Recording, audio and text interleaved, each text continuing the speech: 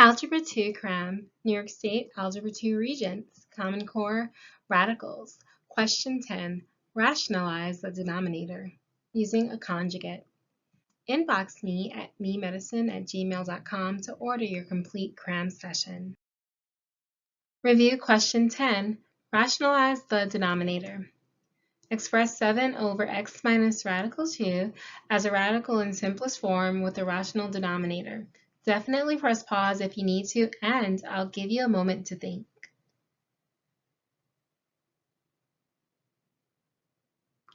All right, so binomials of the form a plus b and a minus b are called conjugates of each other. And the neat thing about multiplying conjugates is that they result in a difference of squares, which is useful for rationalizing some radical expressions, okay?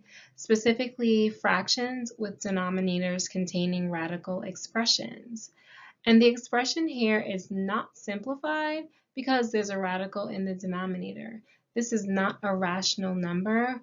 A rational fraction has an integer in the numerator and denominator, okay?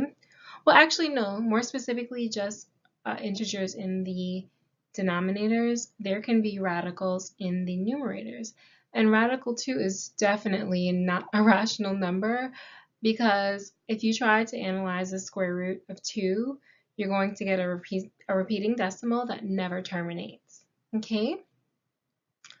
All right, so because the denominator here has 2 terms, we can rationalize it by multiplying it by its conjugate both in the denominator, and we know that to maintain the value of a fraction, whatever we do to the denominator, we also must do to the numerator. Okay? So here we're multiplying 7 over x minus radical 2 times x plus radical 2 over x plus radical 2, aka 1, just to keep things balanced.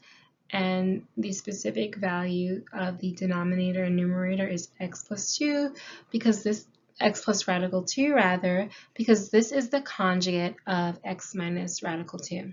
Okay? Alrighty then. So we can go ahead and distribute the 7 and multiply the conjugates in the denominator. But instead of foiling using the FOIL multiplication method where we multiply the first term, the outside terms, the inside terms, and the last terms, we can just treat this expression as conjugates.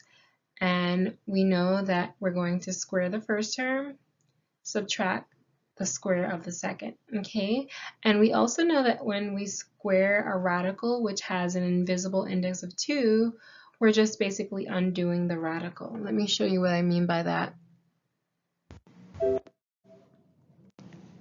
So the index here is 2, and by squaring it, we're literally undoing the index or the radical. Okay, and what this will do is unleash our radicand beneath the radical sign of 2. So let's go ahead and see what that looks like. All right, so we wind up with 7 times x plus radical 2 over x squared minus 2. All right, and one last thing, we want this in simplest form, so we can go ahead and distribute the 7 in the numerator. And that gives us 7x plus 7 radical 2 over x squared minus radical 2. And this is our answer in simplest radical form. Well, expressed as a radical in simplest form with a rational denominator. All right, thanks for tuning in. Good luck studying.